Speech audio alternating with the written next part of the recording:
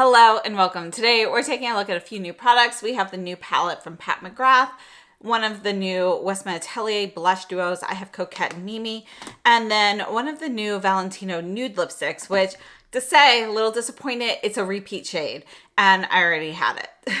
So while we're talking about that, let's go ahead and take a look at the Valentino lipstick. So I did not use this. As soon as I opened it up, I was like, that looks very familiar. So I went through what I have. This is shade 104R, and it's new packaging here. We have this nude packaging, but I do already have 104R in the red packaging. So I'm actually going to put this one back in the box, and I'll either send it back or save it for a giveaway, but I did not touch this one. Maybe I'll just give it to a friend. You know, sometimes the returns can just be a pain in the butt. But this is shade 104R. So I have this on my lips right now, and you can see it's going to be a cool tone pink.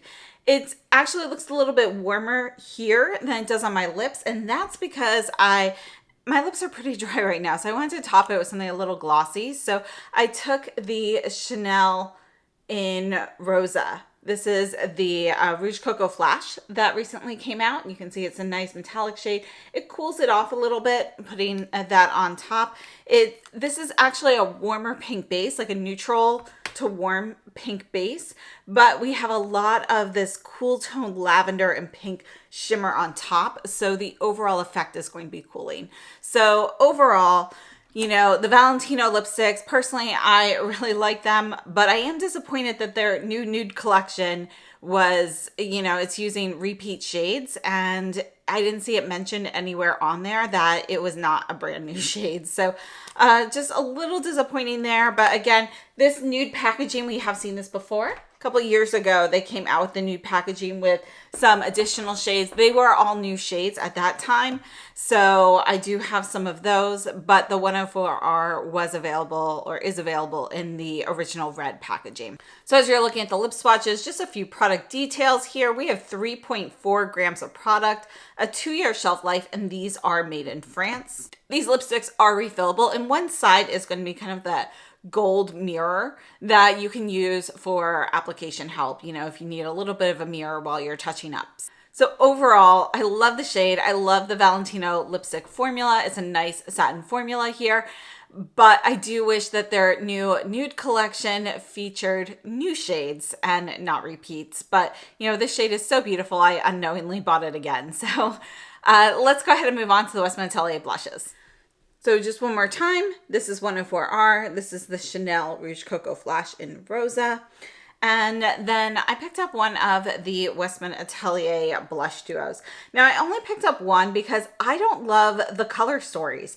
They have like a brown paired with like each more pink shade or peach shade even, and a lot of them are very deep, and I just didn't think they were going to work for me.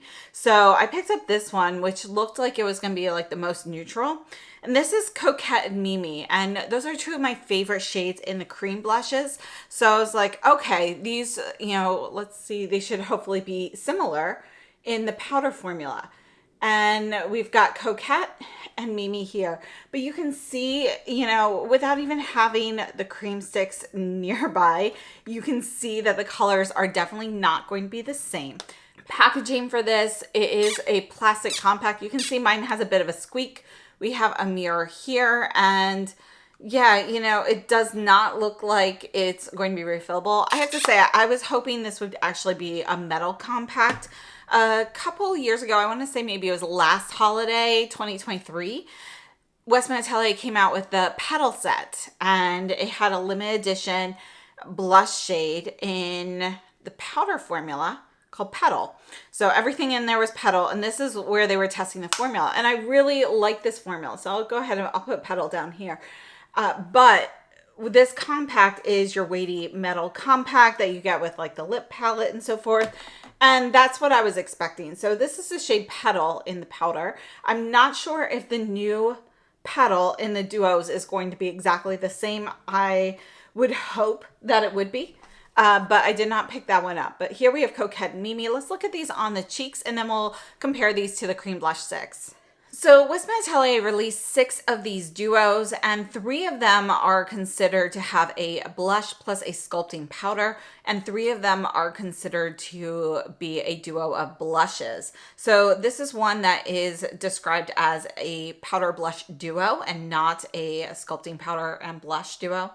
They retail for 75 US dollars. And I have to say, usually Westman Atelier's packaging is like, you know, weighty metal and so forth. And this one definitely feels like it's a little weighted in the top where the mirror is, but overall it feels like plastic packaging. Now, according to Westman Atelier, the formulas for both the sculpting shades and the blush shades are going to be the same. It's just a color difference. Personally, I just think for $75, this palette feels a little cheap. I'm not very impressed with the packaging. I was really hoping that they stayed true more so to the petal that I purchased a couple of years ago. As for product details, we have a 2-year shelf life. These are made in Italy, and we have 4.8 grams of product, and the 4.8 grams is for each shade. Now, as you're looking at the demos, I used the SUQQU Bobo Baby Owl brush, which is a fairly dense brush, but I wanted to show you how much the colors can build. So you can see on the cheek swatches with them individually that, you know, that's a kind of your depth of color that you're going to get from Coquette and Mimi. And then I moved on. What I'm wearing now is I used the SUQQU Bobo CH1 brush, and that's going to be a lighter area brush, so you're going to get a lighter application. So you can kind of see the difference in pigmentation levels there. And for today's look, I actually have the shades mixed, and I did top it with the Dior Lilac Mania highlighter just because that does cool things off a little bit, and I felt like this combination was just slightly warm for my look today. According to Westman Atelier, these blush pairings are giving cheeks authentic dimension, and that's how the duos were created. Those color stories were created to create realistic depth with the deeper shade and a lighter shade for a pop of joyful color. It's a micro milled formula. It feels very velvety in texture. I think the formula is very nice. You know, you can definitely put it on with a lighter brush, but this velvety formula also works really well to buff into the skin for a very luminous, you know, finish. Not luminous as in shimmery, but luminous as in, you know, buffed in where you get a little bit of your skin's oils even mixed into that. So it just looks incredibly natural. So I think the formula itself is very nice, especially when you buff that into the skin. According to Westman Atelier, these are seamlessly blendable and easily layerable. This cheek duo wears like a second skin and delivers lasting streak-free payoff. So as I mentioned, I do really appreciate the formula. The texture of this is really nice to use. They stay all day, and you know, I really do appreciate the formula. However, I don't love the color combinations that they came out with. And I would have loved to be able to purchase the blush shades individually. Now, let's go ahead and take a look at how the cream blushes compare. And I have to say, I do wish that they were a little bit more similar than they actually are. All right, so just a refresher, we have Coquette and Mimi and Petal in the powders. So let's start with Coquette in the cream blush. And you can see that it's fairly similar. However, Coquette in the cream blush is going to be a cooler shade. It's a little bit more pink. It's a peachy pink, whereas Coquette in the powder is a true peach.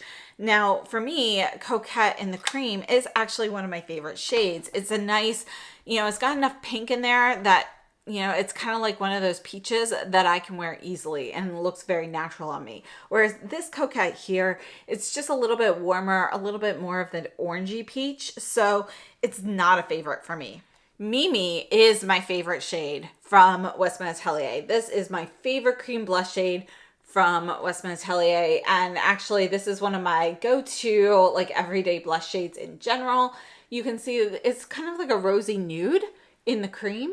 But here in the powder, it's a straight up brown. So, and you know, we actually have a little bit of a golden hue to that brown. So it's a neutral leaning warm brown. Compared to our rosy nude here, I think they're very different. Overall, the powder duo is significantly warmer than the cream blushes on their own. And then let's go ahead and take a look at the Petal stick as well, since we have that here. You can see Petal, you know, it's more of a warm tea rose with a little bit of a dusty rose. I would say that the powder is closer, but the powder has a little bit more brown in it. It's a little bit dustier.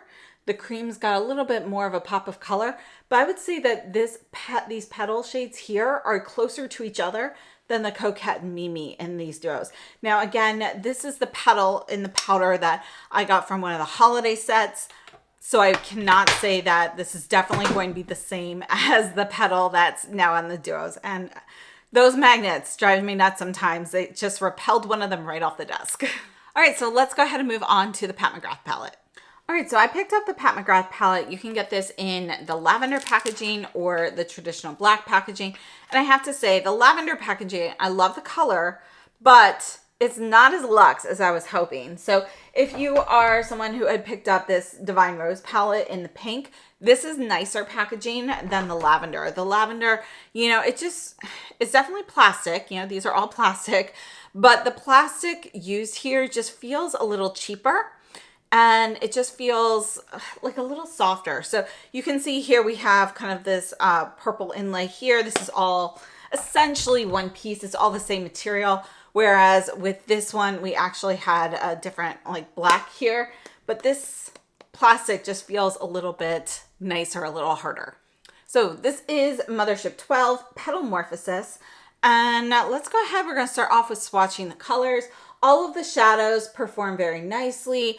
In general, we have, you know, a velvety texture for everything. The mattes are more of a silky texture. We start off with kind of this soft pink champagne and then a plum matte. This next shade here is going to be a deep, rich plum metallic. And you can see there's a little bit of a greenish vibe to that and a little bit of a burnished ember hue to that. It's not a duochrome, but you can see like a little bit of that hint in there with the shimmer. Then we have this beautiful olive green with golden shimmer. I love this shade. I wouldn't say it's necessarily anything unique. We've seen this shade before from other brands and actually similar shades, I think, from Pat McGrath as well. Then we have this copper rose. It's like a copper rosy peach. So this is our first row. And again, everything performs nicely. I do miss, you know, her bake shades from the original palettes. And then we have this deep green. This is a forest green mixed with teal. So we definitely have blue teal vibes to this. This shade here is the most special shade in the palette, in my opinion. This is the lavender shade. And you can see that this is going to be a bit of a chunkier glitter. Depending on how you apply this, it can actually look like Danessa Myricks Chrome Flakes on the lids because we do have those chunkier pieces. And when you spread this out, this one actually looks more like a blue-based lavender here with a little bit of like an opalescent vibe to it. But sometimes when you spread this out with a blush, you actually, or brush, you see more pink to it, and it can have more of a pink hue from some of the glitter that's in there. So it really is going to be dependent on application. Then we have a warm rose matte shade, and this is a beautiful deep teal. I love this shade. My eyes are primarily this teal and this lavender for the most part. And then we have a nice rich brown. And this is the palette. So we don't have a ton of mattes, but I do like the ones that we have there. I wouldn't have minded another neutral matte, but honestly, when you're paying for one of these palettes, you're going for the more unique shades. So it's really not an issue for me. I really do like the color story here. And let's go ahead and take a look at the eye swatches and the demos. But first, I do just want to show you the outer box. The outer box is very pretty, but one thing I have noticed, my original outer boxes have held up really well, but this one, you can see mine has even come like opening here. It's like, it's not in great shape. So I actually stopped saving my boxes because the last few that I purchased have been falling apart. So just something to note there if you are one of the collectors and you like to save the boxes. Mine did not come in very good shape. You can see this is not from me opening it. I opened it from, you know, unwinding it, but this was already messed up when I got it. So just a few product details. The palette retails for $128 US. It's available at Sephora and patmcgrath.com. We have an 18-month shelf life, and these are made in Italy. And we have 20 grams total of product. So overall, I think this is a really beautiful color story. My biggest complaint is just that we don't really have any special formulas here. You know, it's not like when we originally purchased the Pat McGrath palettes and, you know, we had all of her special shades and those big shadows. These are all beautiful shades. The formulas are all very nice, but there's just nothing special or unique about them. Even the colors, the only one that might be slightly unique is going to be that lavender shade on the bottom. The rest are pretty much your straight up shimmery shades. So I don't typically purchase the holiday palettes from Pat McGrath, but I believe that you could definitely replicate these colors with some of those and with some of the palettes that you may already have. Now, it's nice to have them all together in one palette, and if you love the lavender packaging like I do, then this may be something that you want to invest in.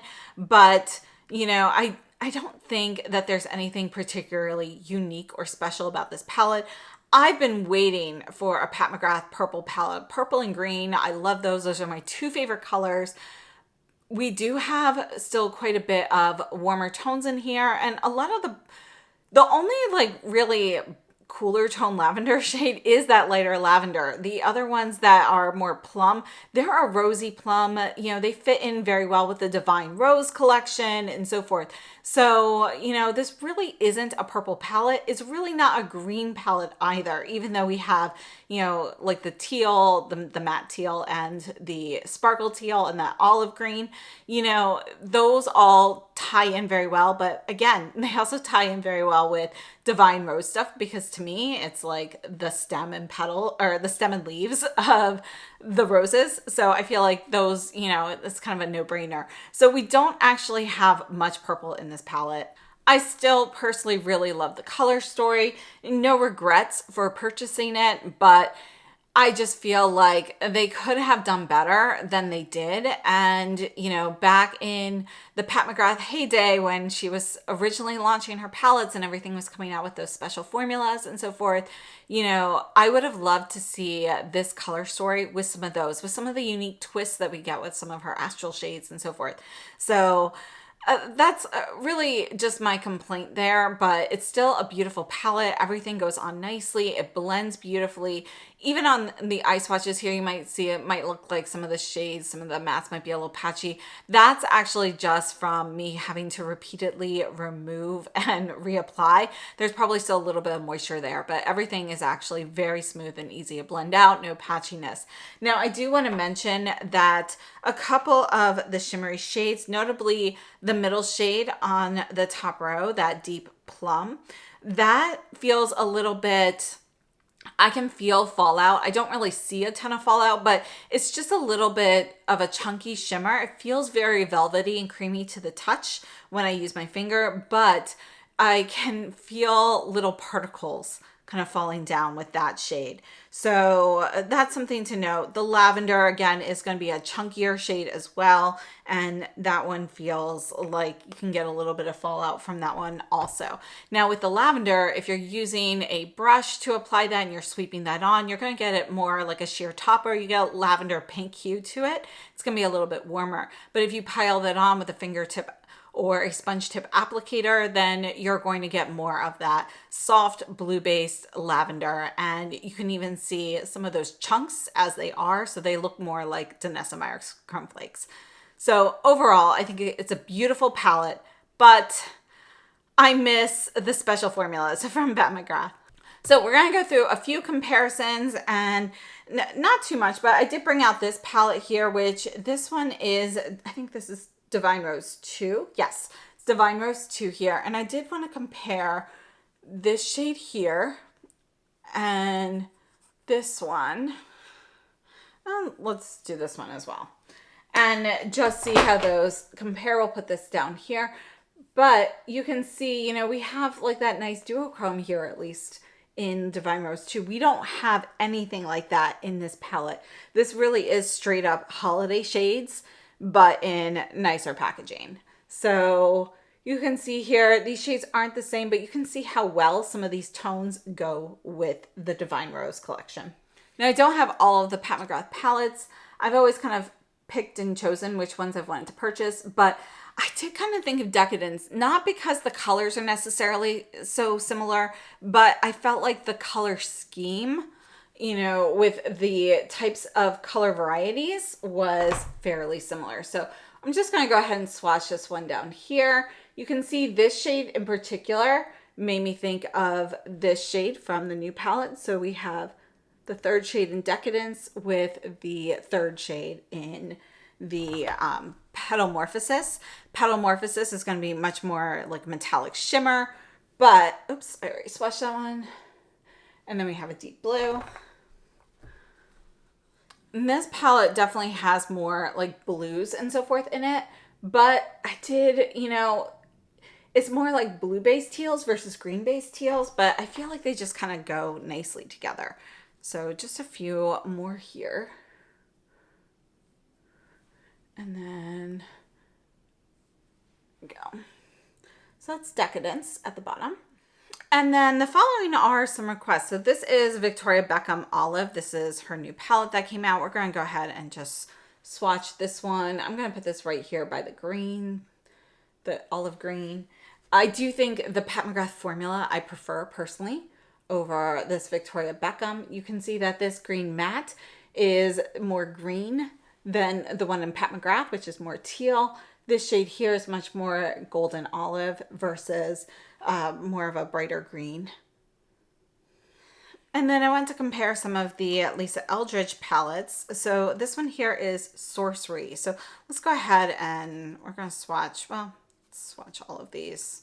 So my matte shade here doesn't swatch that well anymore, but I did want to show you how that compares because this matte shade in Sorcery is similar to that in the Pat McGrath. And then we have this beautiful duochrome shade, which is not like anything in the Pat McGrath palette.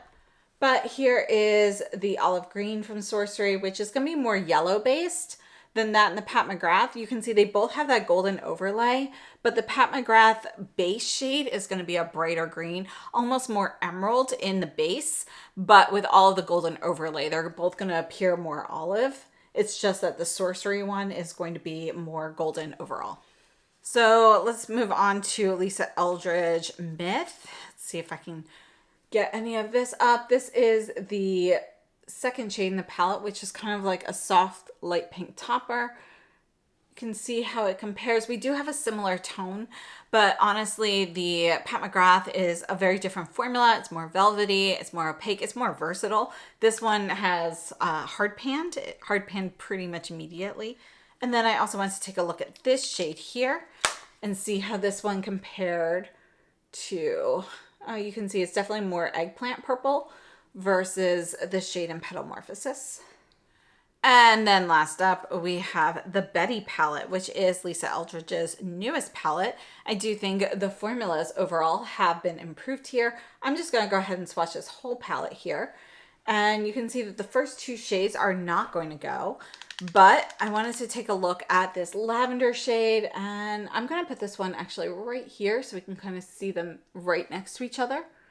You can see that they are kind of close, but the Pat McGrath does have a bit more of like an iridescent shine to it with a little bit more color variation. We have a little bit more of a blue-based lavender versus a pink-based lilac, which is what the Lisa Eldridge is. And, you know, we have a little bit more dimension of color with the shimmer in there versus the Lisa Eldridge, which is a little bit more of a flatter color.